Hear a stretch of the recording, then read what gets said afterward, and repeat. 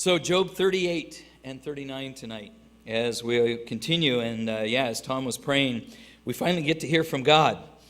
He's been silent and making quite a few statements with that silence.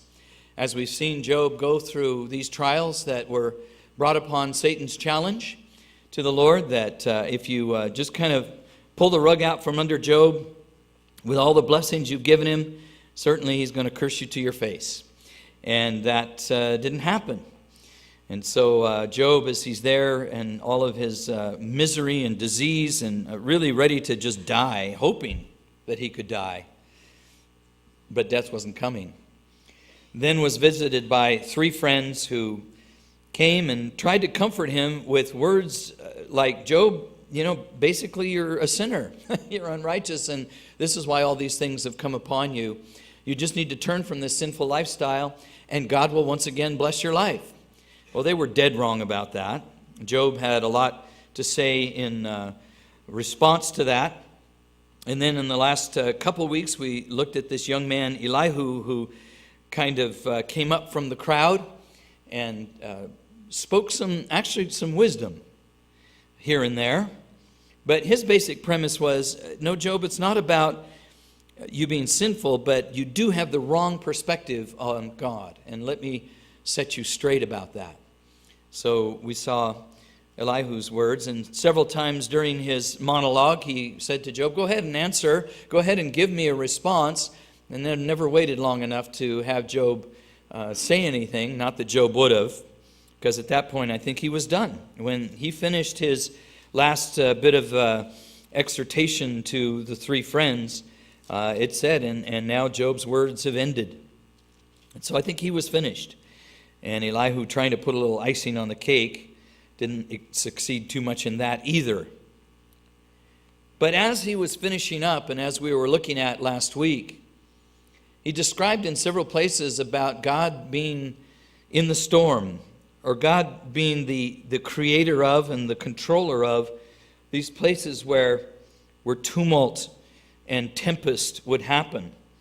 And we kind of mentioned last week that very possibly, as Elihu was saying this, an actual storm was beginning to develop.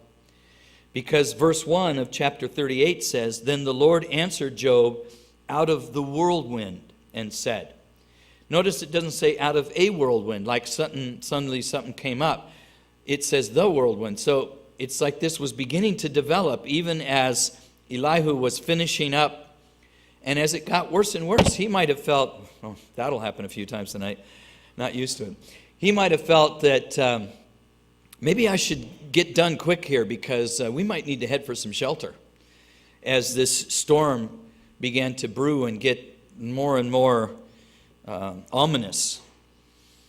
And it's interesting that God then spoke to Job out of this storm. Now, thanks to Job, and I know, bless you guys for hanging in there with this book, because we've had chapter after chapter where you just kind of wonder, okay, Lord, what were you thinking in putting this in the Bible? And we've had a lot of good lessons. We've had a lot of, like I said at the beginning, two ways of looking at trials, how we deal with them ourselves and how we help others go through them. And we saw great examples of what not to do in terms of the three friends and even Elihu to a certain extent. And also in Job dealing with them himself, it seemed like the more he talked, the deeper he kind of got into just being right on the edge of self-righteousness, right on the edge of maybe not that he was going to curse God, not that he was going to try to bargain with God. He would maintain his integrity, but the more he felt like this was an injustice, that it had been unfair, the more he kind of challenged the Lord to appear and speak so that he could present his case, the closer he got to that edge of being sinful.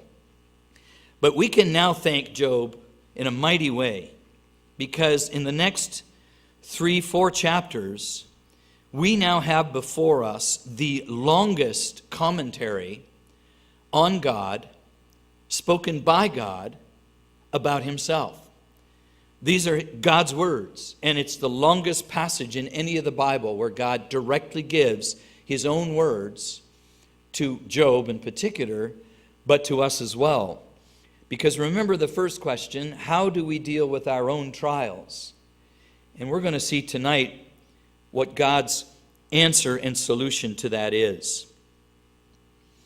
Remember, Elihu had said that if man, back in chapter 37, verse 21, if man can't look at the sun, then how could he possibly contain the brightness of God's glory? There, verse 21. Now, even man cannot look at the light when it is bright in the skies, when the wind has passed and cleared them. In other words, taken all the clouds away. You can't stare into the sun. So if you can't even do that, how do you suppose you could possibly look into God's glory? Well, God brought a solution to that, and he shrouds himself in this whirlwind.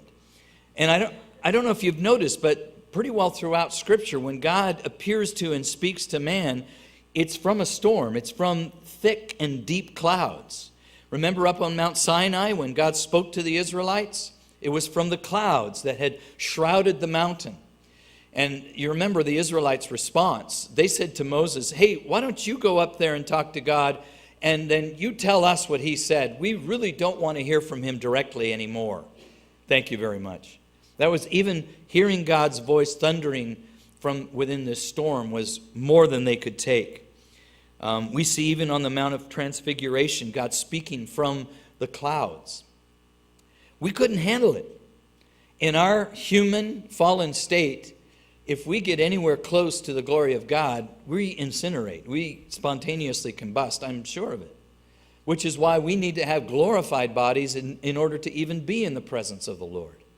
And he's going to provide that for us. But until then, if he's going to speak to man, he has to shroud himself. And so he does so.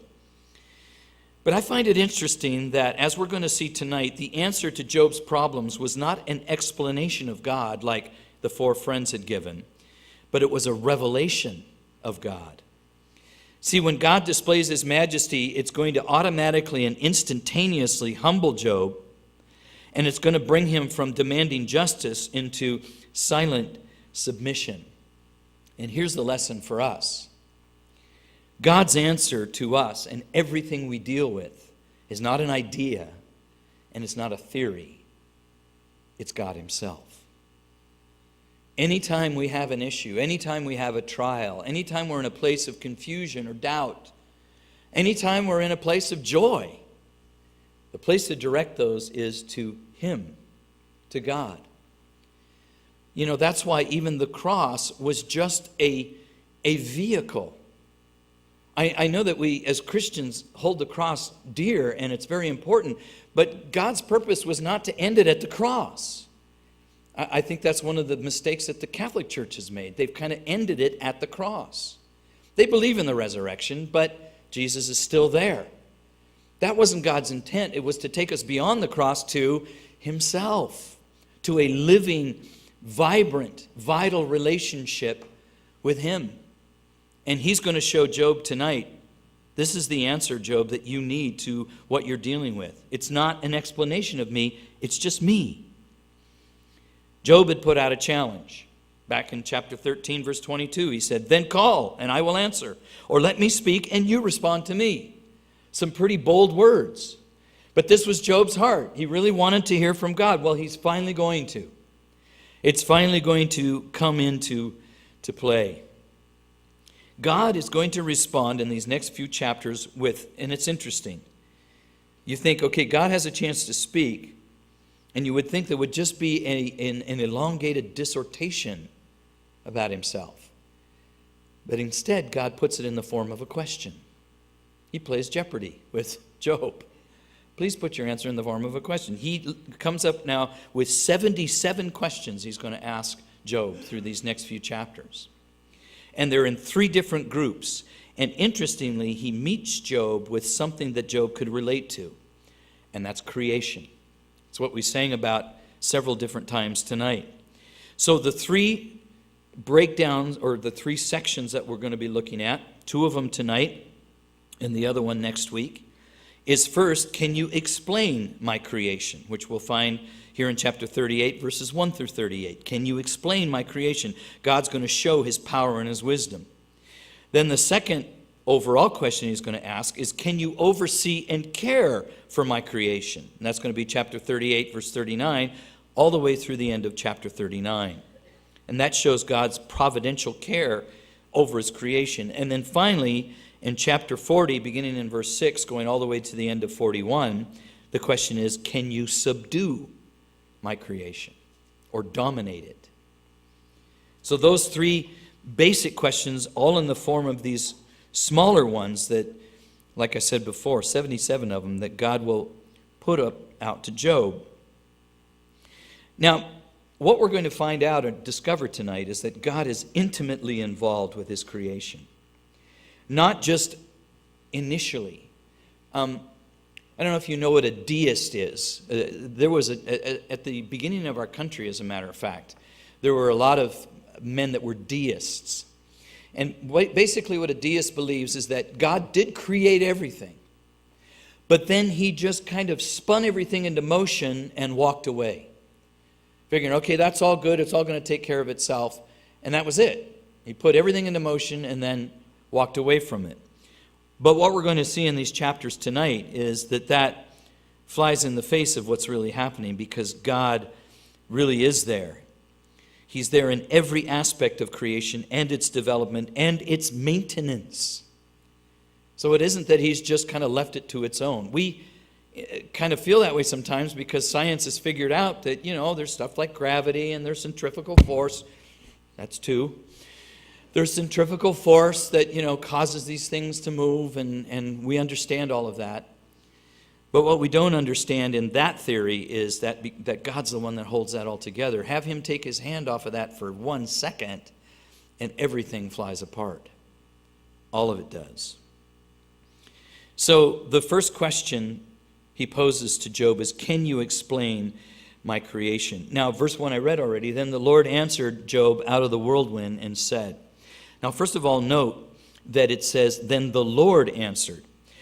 I don't know if you've noticed, but up to this point, Job and his friends, all four of them, have referred to the Holy One as God and as the Almighty. This is the first time that Lord appears, and it's him describing himself, and that word Lord is Jehovah, the covenant God, the self-existent one, or as he said to Moses there at the burning bush, I am that I am. So this word Lord appears for the first time. It's kind of that shift. Yes, I'm God. Yes, I'm Almighty. But I'm a relational God, Job. You need to know that. I am Jehovah, the God of promise. Now, in verse 2 and 3, the Lord puts a rebuke and a challenge before Job before he gets into his questions. Actually, the first one is a question. Who is this who darkens counsel by words without knowledge? Now prepare yourself like a man. I will question you, and you shall answer me. So it's kind of like Job so wanted to have this audience with God, and he was so prepared to present his case. And the first words out of God's mouth is, okay, so who exactly is this that's darkening counsel, that has very little knowledge? Who is this? And you don't hear, it is I, Job, the one that you love, that's, hates evil and shuns all of that and walks with God. We don't hear Job say a thing. Instead, God gives him a warning, and Job can't say he wasn't warned. Now prepare yourself like a man. I will question you, and you shall answer me. So what you're going to hear, Job, you will have an answer for. So listen, be prepared. It's interesting that God, as we'll see, didn't question ever Job's integrity or his sincerity. But all that he will question is his ability to explain the ways of God in the world. And as God moves forward and begins to, in a sense, describe himself, it's sort of like he's saying to Job, Job, let me tell you a little bit about myself. But as I'm telling you about myself, I want you to try, if you can, compare who you are to who I am. Compare what you've done to what I've done. And see him, and if not in the midst of that, you're going to find that I am sovereign, that I know what I'm doing, and that you can have great comfort and trust in falling back on that sovereignty. You don't have to figure it all out, Job. As a matter of fact, he'll say several times, were you around when this happened? It starts right there in verse 4. Let's read it together. Where were you when I laid the foundations of the earth? Tell me, if you have understanding. Who determines its measurements? Surely you know. Or who stretched the line upon it? To what were its foundations fashioned? Or who laid its cornerstone? When the morning stars sang together and all the sons of God shouted for joy. So first, God is going to use this idea as he's going to now describe the creation of the earth, this first section here, this illustration of a builder. So Job, were you around when I built the earth? Were you around when I laid its cornerstone? Or like a good builder, I surveyed the site, I marked the dimensions, I poured the footings, laid those cornerstones, and then erected the structure itself? You know, verse 6, to what were its foundations fashioned? Now, I don't know if Job understood this, but our earth is just a ball hanging in space. Who hung that there? Who made sure that stays exactly where it is? And you've heard the statistics, right? If we move just a little bit away from or to the sun, our life is done. We'll either burn up or freeze out. We are exactly where we need to be, and we stay right there. God's hand. He hung the earth in that place. And when all of that happened, Job, were you around? Did you witness any of this? Did you have a say in it? Throughout this, we're going to see the Lord. And I don't believe that God was yelling at Job here. I think he very gently and somewhat even sarcastically was saying, Job, please realize how foolish you've been in some of the things that you are demanding, in the challenges that you've put out. Yeah, then call and I will answer, or let me speak and you can respond to me. Let me ask you a few more questions, Job. And in verse 7 there, the stars and the angels rejoicing and singing at the sight of creation. We know that happened. We know that all the angels rejoice, but it's even giving the indication here, God saying, when the morning stars sang together, there was like this reverberation that happened in creation itself when the earth was created. It's like God's, pinnacle in a sense. And I'm one of those that believes that there is no other life anywhere else. That God really did create this planet just for humanity. I don't think there's other civilizations in other places that he created. This is the apple of his eye. And because it was going to be so incredible, this puny little ball in space that was just in the right place to sustain life, it caused the angels to sing, but it caused the stars themselves to just vibrate with song and reverberate with praise over what God had done. Were you there then, Job? Well, next God talks about the sea, and now he's using the illustration of birth. Verse 8. Or who shut in the sea with doors when it burst forth and issued from the womb? When I made the clouds in its garment and the thick darkness its swaddling band? When I fixed my limit for it and set bars and doors? When I said, this far you may come, but no further, and here your proud waves must stop.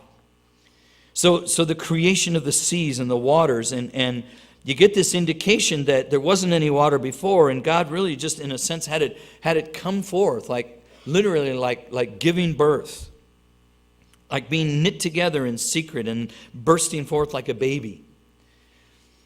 The psalmist in 139 said that of himself, you have formed my inward parts, you covered me in my mother's womb. In a sense, what's being said here, God's saying, the seas were clothed with clouds and darkness, and their limits I have set. We get to go to the beach here often. Maybe you haven't been in a while. But go sometime after they've had a good storm offshore somewhere when the waves are, 10 foot plus. It's an intimidating thing, isn't it, to see the power of that water as it thunders towards the shore. And yet no matter how big those waves get, it always stops at the right place, doesn't it? Isn't that amazing? I mean, have you ever just thought, why don't it just...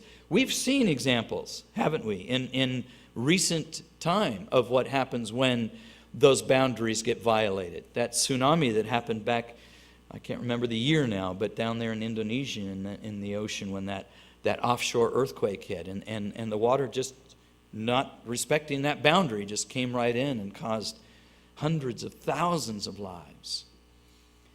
God has set those limits. God has caused the sea to only go so far. We freak out a little bit when the tide comes in, right? But even that is regulated, and it only comes so far. And yeah, if there's a good storm, those waves might crash beyond their boundaries a bit. But not without God's hand there. He's intimately involved in every bit of it. Well, then he turns in verse 12 and talks about the sun and kind of likens it to a general commanding his troops. Verse 12, have you commanded the morning since your days began and caused the dawn to know its place, that it might take hold of the ends of the earth and the wicked shaken out of it? It takes on form like clay under a seal and stands out like a garment. From the wicked their light is withheld, and the upraised arm is broken. God's now talking about the sun, the creation of the sun, and the fact that it spreads light. It brings morning every day, faithfully. I think we would all be very concerned if we got up and by 8:30, 9 o'clock, it was still as dark as it had been through the night. You'd be checking your watch. I must be off here. Because we have a lot more faith in the sun rising than we do this thing on our wrist. This has got to be off. God so faithfully brings that every day.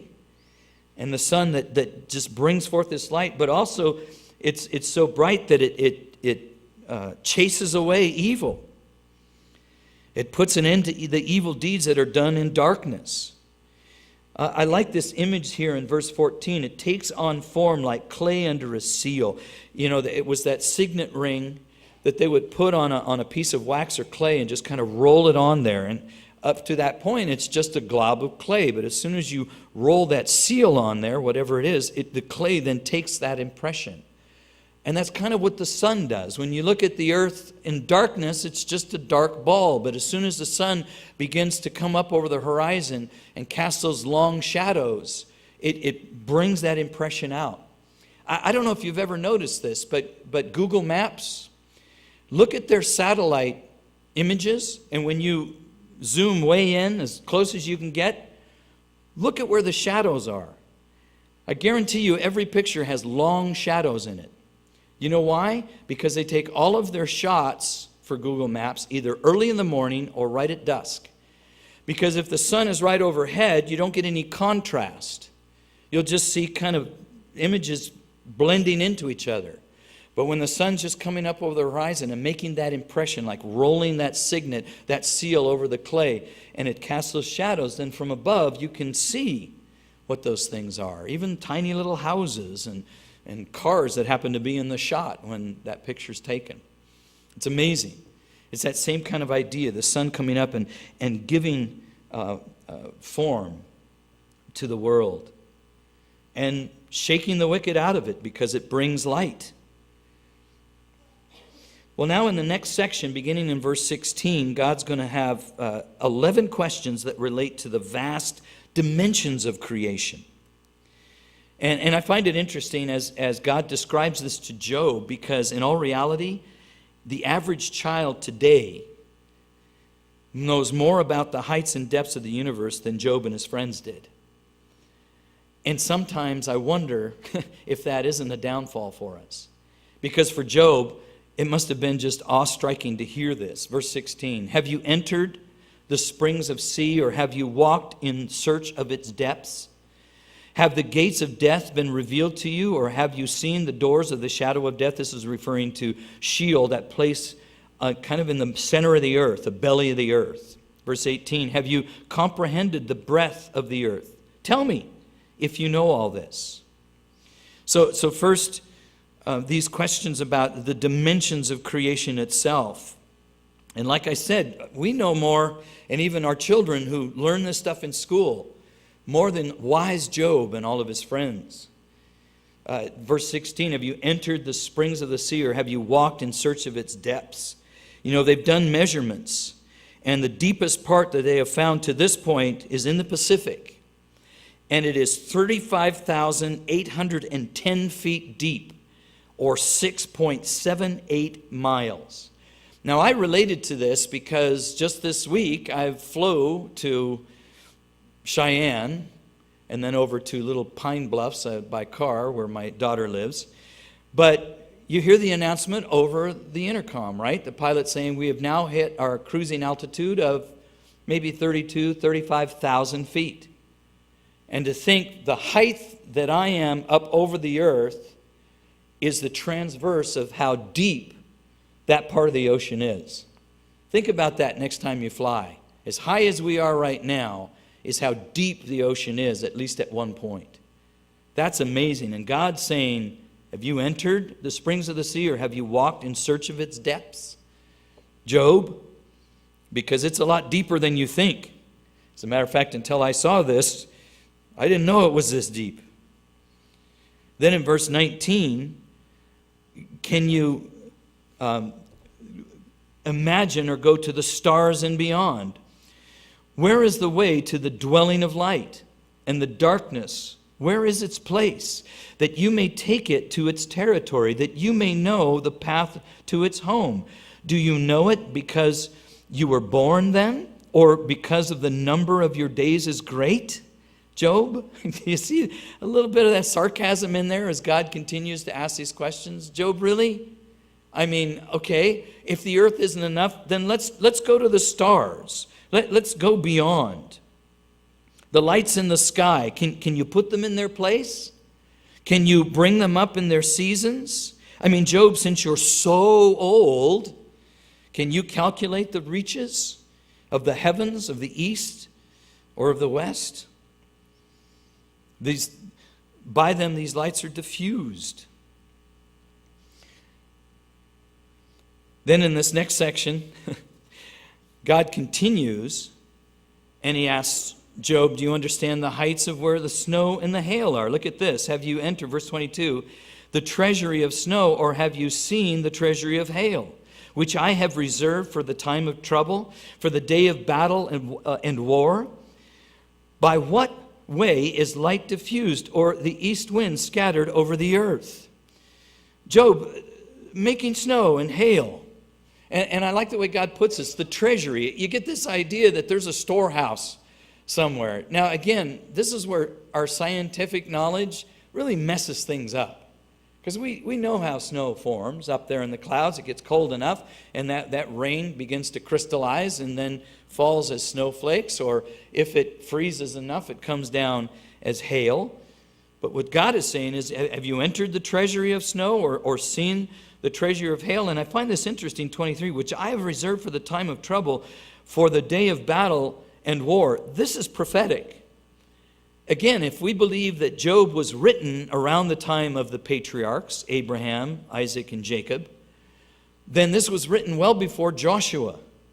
And you remember what happened in Joshua, right? In the book of Joshua, there in chapter 10, verse 11, as they are in this heated battle with these five kings, and it looks like they're going to lose, but they have the enemy on the run.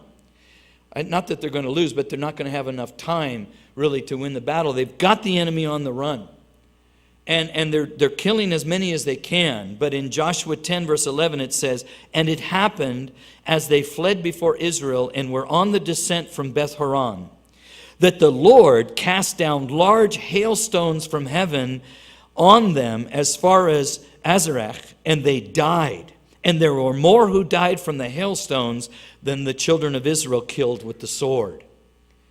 I love that. That's one of those times where the battle is raging and the enemy's on the run, they're in retreat. And if they get away, then we might have to face them again.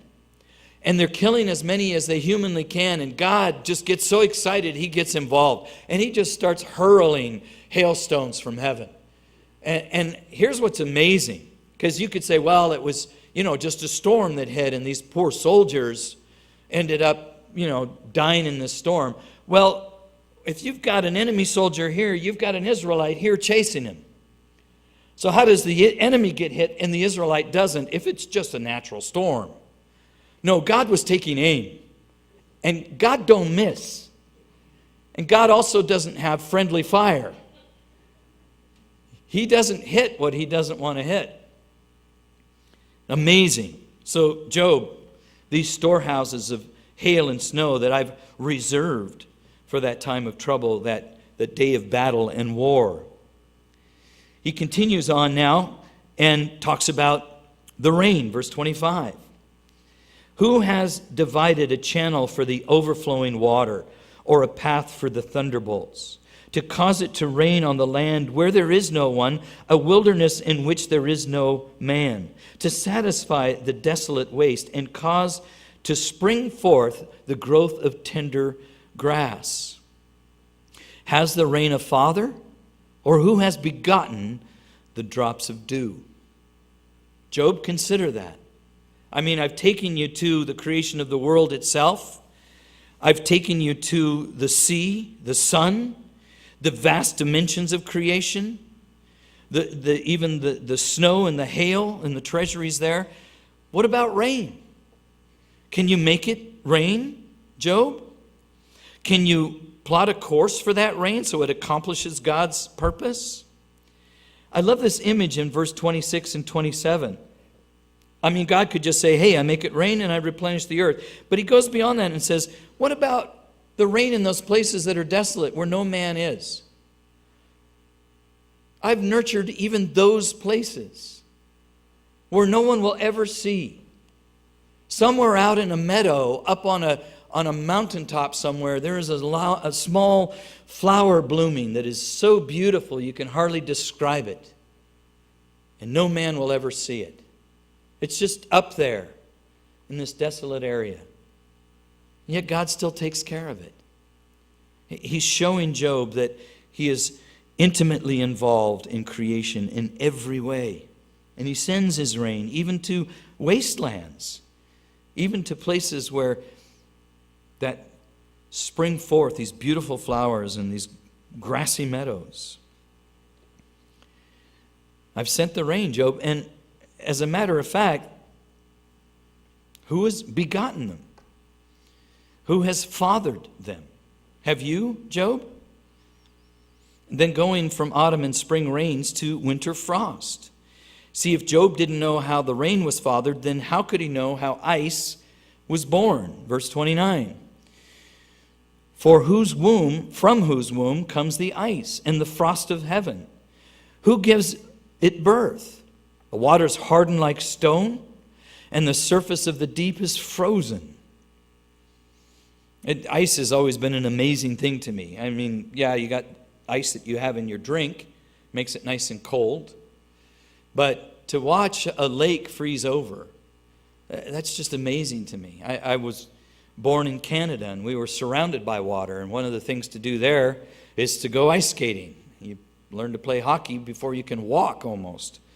And we would have, in our backyard, we had a garden. Actually, our yard and the neighbor's yard next to us in the one kitty corner, we didn't have fences. There were no fences in our yards.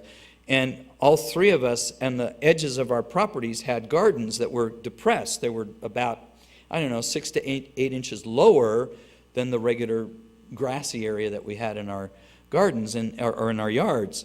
And so in the winter, that was just a big clod of dirt. So all three of the dads from the homes would throw the hose out there at the right time and flood that out. And by the morning, you had yourself a backyard ice rink. Now, it was as wobbly and as bumpy as could be.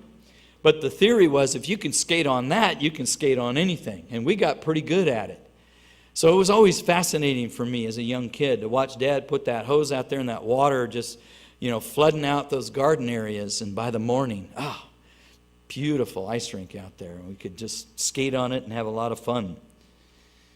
God's saying, Job, do you know the womb that ice comes from, the frost of heaven? Who gives it birth? I do. That stuff doesn't happen on its own. It's not happenstance. Well, Job, if you're not convinced by the fascination of the earth itself, then let's take a moment and look up. Now let's look at the heavens and the constellations. Verse 31. Can you bind the cluster of Pleiades, or loose the belt of Orion? Can you bring out Mazzaroth in its seasons? Can you guide the great bear with its cubs? Do you know the ordinances of the heavens? Can you set their dominion over the earth? Job, look up. There's Pleiades. Now, Pleiades is a star cluster known also as the Seven Sisters. It's seven what they call blue stars. And it's very distinct in the sky. It's among one of the nearest star clusters to the earth. And it's probably the most obvious to the naked eye. So Pleiades, can you bind them? Can you put a rope around those seven stars and kind of bring them together? Or loosen Orion's belt to where his sword will fall right off? Or this Mazzaroth here is a reference to, kind of a general reference to constellations themselves. Can you bring them out in their season as God so faithfully does?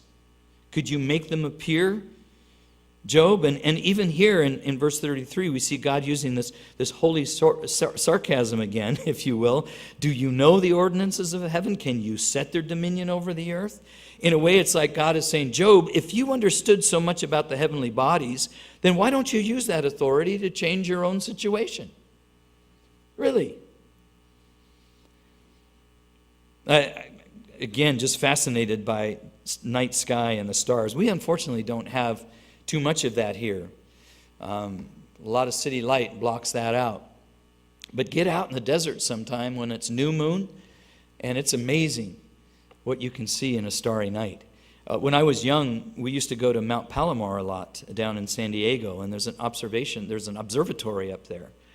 And the curator of the observatory, the kind of the maintenance custodial guy, is a Dutchman.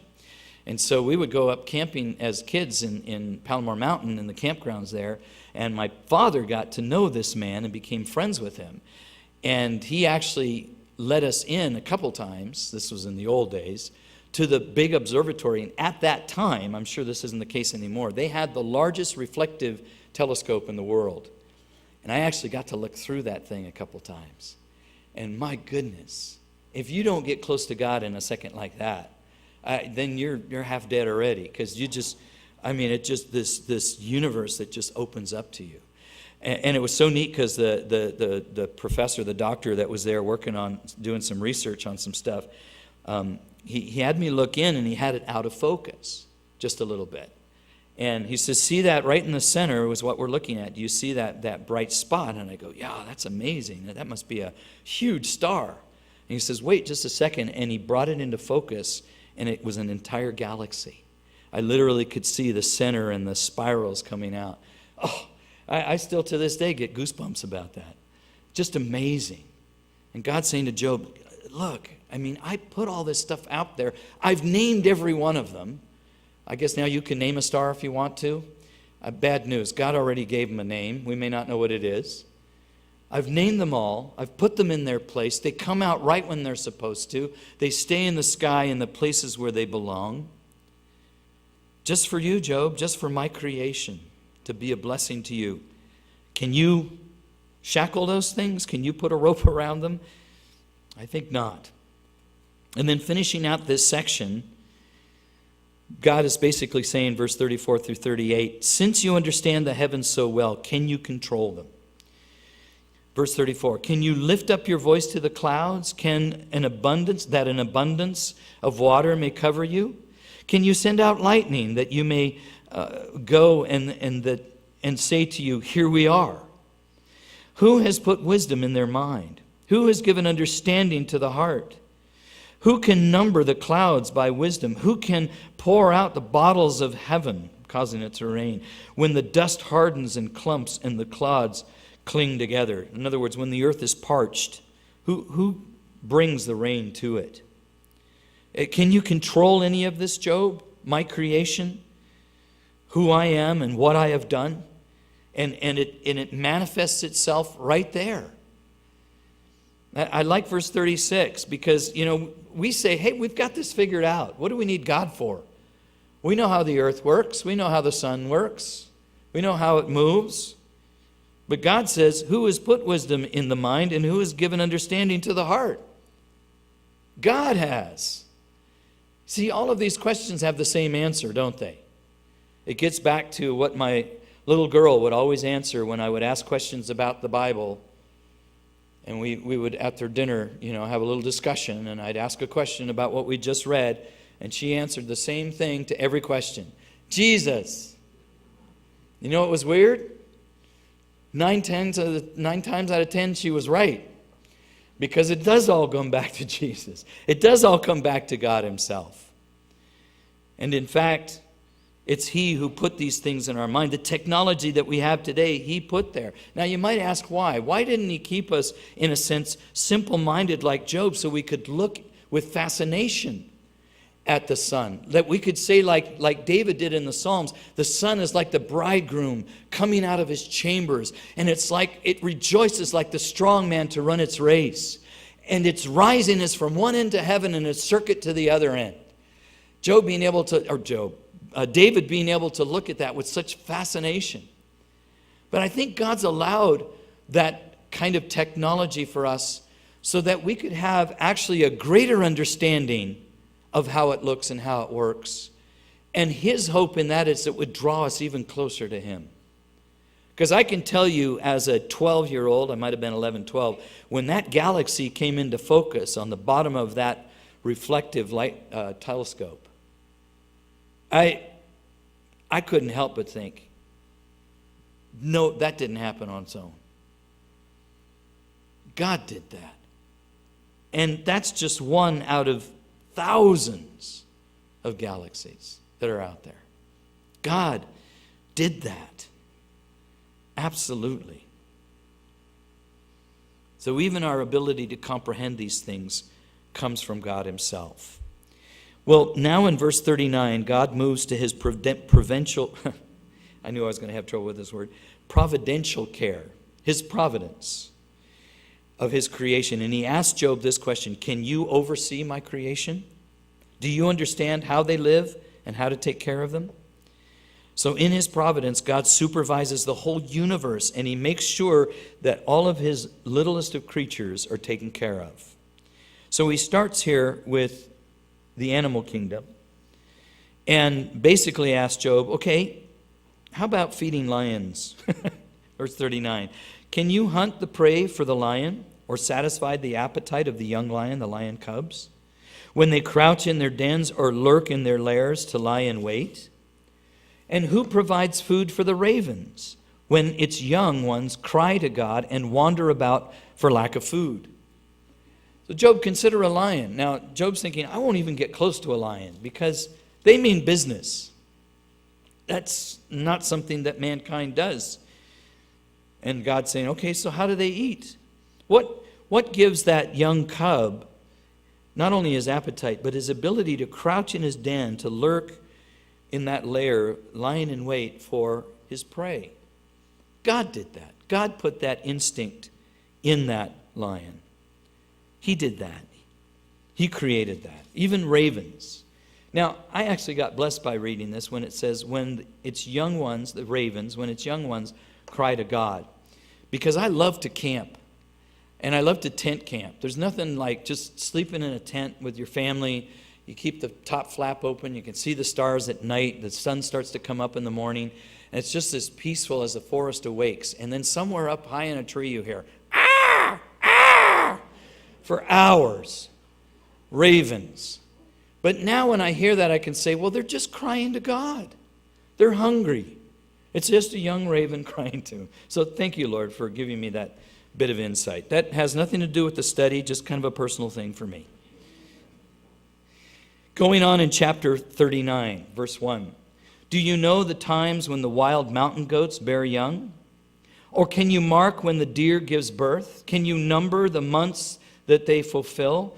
Or do you know the time when they bear young? They bow down, they bring forth their young, they deliver their offspring. Their young ones are healthy, they grow strong with grain, they depart and do not return to them. So God's saying, okay, you don't have the ability to feed ravens and lions, so are you out there in the wild? Because, yeah, Job, farmers and shepherds may assist animals when they're pregnant and through the time of birth, but out in the wild, somehow they do it on their own. And it all happens right when it's supposed to. And do you know, Job, that just that moment when that deer is going to bring forth that little fawn? When that wild goat is going to bring forth that little kid? Do you know, Job, just in the right time when that offspring comes? And do you also know, Job, by those instincts that they know when to leave? I've used verse 4 with my teenagers quite often, and I keep reading it to them. Their young ones are healthy, they grow strong with grain, they depart and do not return to them. I just want to plant that in their minds so they know when the time is right, you're going to go and you're not going to keep coming back. No, not if my wife has anything to do with it. They'll never leave home. But anyway, maybe I should read that to her as well. But they do know exactly when that time is. I think Jack has shared this illustration with you before, and I don't want to go lengthy in it because we're running short of time, but the golden plover, it's an amazing little bird. And they live in the summers in Alaska. But you know Alaska, when winter comes, it's uninhabitable. So what the golden plover does is, first of all, during the summer is when they breed and lay their eggs, and then their little chicks are born. But as their little ones are developing, they're still juveniles. But the time is coming for the migration. So what the adults do is they start fattening themselves up, getting ready for this migration, and the little ones, in a sense, are left to finish developing and do their fattening up. And they leave about a month after the adults do. Now, here's the amazing part. They fly from Alaska to Hawaii, some 2,500 miles, and they figured out it's 88 hours of non-stop flight. There are no islands in between. The plover is not a water bird, so it can't land on the water. It literally flaps its wings for 88 hours straight and gets just enough nourishment and just enough bulk up so that it's not too heavy to fly, but has just enough energy to get to its destination. And guess what? They always make it. Even with crosswinds, even with course corrections. How do they do that? How do they fly from Alaska to Hawaii with no navigation system? Isn't it amazing? Well, I'll tell you what the more amazing part is.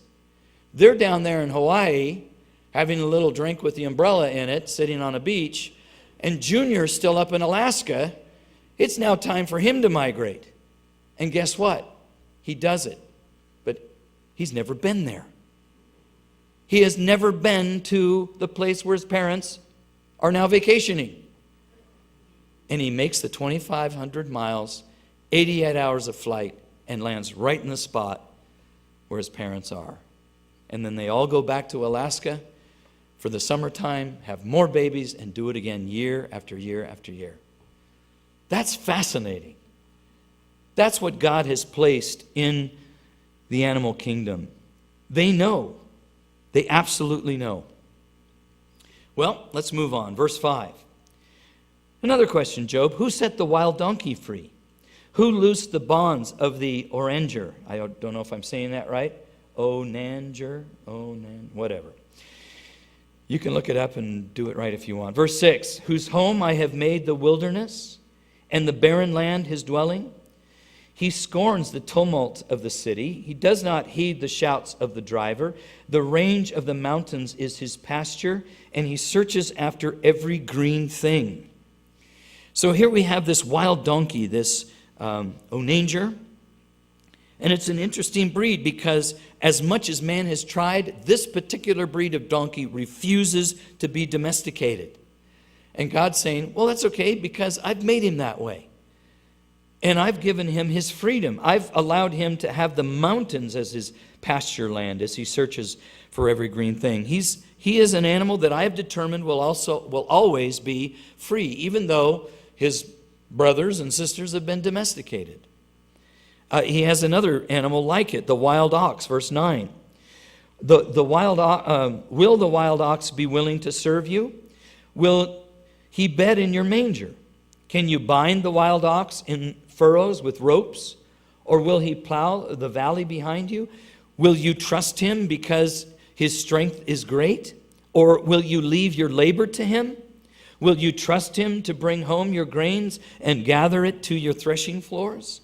Now, when he said wild ox, Job knew exactly what God was speaking of. This animal, he's a loner himself, and he refuses to yield to the authority of men. You can't keep him in your barns. You can't yoke him to a plow. Can't force him to thresh your grain. So, Job, if you can't succeed with these animals, wild donkey and this wild ox, how do you expect to face me? How? Well, in verse 13, he goes on. More of the animal kingdom that God cares for. The wings of the ostrich wave proudly. But are her wings and pinions like the kindly storks? Interesting comparative. You've probably seen an ostrich kind of flap those wings of plumage. They're beautiful, but they're totally useless. The only thing they're good for is batting away an insect, maybe keeping those off of her. But what about the stork? The stork has wings that are beautiful, the pinions that are long, and they can just glide through the air. Back to the ostrich, verse 14, for she leaves her eggs on the ground and warms them in the dust. She forgets that a foot may crush them or that a wild beast may break them. She treats her young harshly as though they were not hers, and her labor is in vain without concern. Why? Because God deprived her of wisdom and did not endow her with understanding. When she lifts herself on high, she scorns the horse and its rider. So here you have the ostrich as a comparison. They're basically pretty dumb animals, especially when it comes to bearing their young. They lay their eggs out in the middle of just the grasslands or the desert. Yes, that's where we got the term bury your head in the sand. It's from the ostrich, because they think if they do that, they've disappeared, that no one can see them. And they're huge. They're about 300 pounds. They can be 7 to 8 feet tall. But here's the cool thing. They can run faster than a horse. They run up to 40 miles an hour. When I was in Kenya, we had a couple days where we had free time, and we got into some Land Rovers and just drove through the grasslands there in the game preserves. And we came across a few ostriches, and the guy that lived there said he was driving. He says, watch this. And so he chased, that's 3. He chased this ostrich down, and it was fascinating to watch because from our windshield, we could only see pretty much its neck and its head.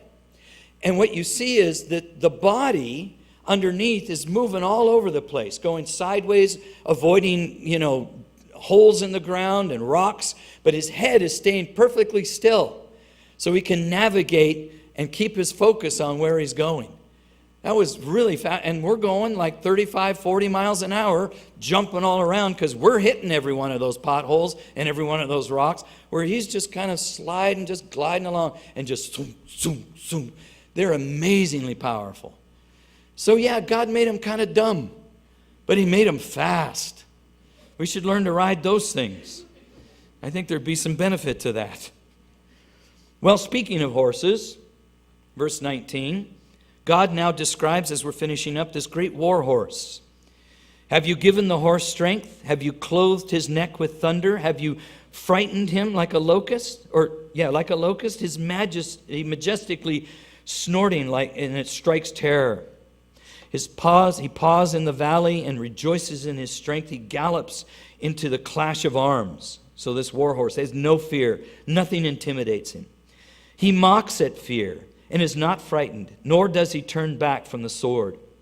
The quiver rattles against him, the glittering spear and javelin, everything's coming at him. He doesn't waver. To verse 24, he devours the distance with fierceness and rage, nor does he come to a halt because the trumpet has sounded. At the blast of the trumpet, he says, aha! And he smells the battle from afar, the thundering of captains and of shouting. So he describes this horse. Have you given the horse its strength? I certainly agree with this. I think horses, again, amazing animals, because pound for pound, they're just the strongest and the sleekest. I don't care what breed it is, unless it's an old horse that's kind of sagging in the middle, but they impress me because it's just skin over muscle. And even domesticated horses, I have a real healthy respect. Now, I don't spend a lot of time around them, probably feel different if I did. But I give them my distance because that's just power to me. And what God is describing here, these war horses that were trained and I'm sure specifically bred to actually run into the battle, who gave that strength, Job? Of course I did. Of course I did. So God, not Job, made him fierce. God, not Job, made him intimidated in every situation. And then he finishes off this little section of caring for his creation, having providence over them, talking about the hawk and the eagle. Verse 26, does the hawk fly by your wisdom and spread its wings toward the south? Does the eagle mount up at your command and make its nest on high? On the rocks it dwells and resides, on the crag of the rock and the stronghold. From there it spies out the prey, and its eyes observe from afar. Its young ones suck up blood, and where the slain are, there it is. So God's saying, what about the hawk and what about the eagle, Job? I'm the one that gave them those instincts to migrate as they go to the south, as they spread their wings to the south. And again, this ability that they have, first of all, God has them build their nests on the high cliffs, the crags of the rock. But that's okay, because he also gave them incredible vision. So from those places, they can see their prey there on the valley floor. I've heard it said that an eagle can read, if he could read a newspaper print from 200 feet up in the air. That's amazing. So if he can do that, then what is a little mouse that's, about that big scurrying around? He's going to see that. No problem at all. And from that place, he can swoop down. And like it says, even their young, they're there where the slain are fallen, because these massive and impressive birds of prey. And I love what an eagle does, or even a hawk. If they want to fly faster and further, they don't flap their wings. They just stretch them out. They're soaring birds. Have you done that, Job? God is continuing to ask Job these questions so that he can see not only the amazing aspects of creation that God did, but more that he can see the one behind that creation. And as God continues, and we'll continue with this next week, the Lord's going to show Job that in that place of providence, in that place of sovereignty, if he's taking care of all of this creation and put the masses of the universe together, then can't God handle Job's problems? Can't he do that? We've obviously seen that God delights in his creation, but isn't it neat to see that he is so intimately and absolutely involved in every aspect of it? He holds it together. He's still watching over the little deer that's there in the woods that's about ready to give birth. He still cares about those birds of prey. He cares about that wild donkey that won't ever be domesticated. He watches over them. And I'll watch over you too, Job. Don't you worry. You see, Job thought that it was arbitrary and that God wasn't in control. Now he's hearing differently, isn't he? And next week, we'll see Job's response. He'll finally get that moment. Don't be surprised, it's only 3 verses long. So read ahead. Oh, Lord, we thank you for being able to have this time finally here in the book of Job to hear from you, Lord. And how fascinating, how amazing, what a blessing to hear your approach. You didn't condemn Job. You didn't question his integrity or his sincerity, Lord. You just showed him yourself in what Job could understand. And how beautiful that, Lord, you could have just exposed your glory to him and he would have died on the spot. Instead, shrouded in this storm, you talked to Job about what he could relate to. Your creation, what he could see around him, what he could touch, the things that he had been observing his whole life and maybe even taking for granted. You pointed all of those things to you, Lord, and it speaks to us as well. As you said there in your word, the heavens declare the glory of God. The firmament shows his handiwork. Day unto day utters speech, and night unto night reveals knowledge. There is no speech nor language where their voice is not heard, and their line has gone out through all the earth, and their words to the end of the world. Your creation speaks of you, Lord. May we delight in it. May it draw us closer to you. May we see every tree, every bush, and its individuality as a place of your creation that you delight in. Every animal, different even within its own breed. Not two humans alike. Even in identical twins, there are differences. Oh Lord, you watch over us and you care for us. And it is you that has done all these things, not us. You are God, and we're not. And it's a great place to be. Thank you for your creation and your love for us. In Jesus' name. Let's all stand.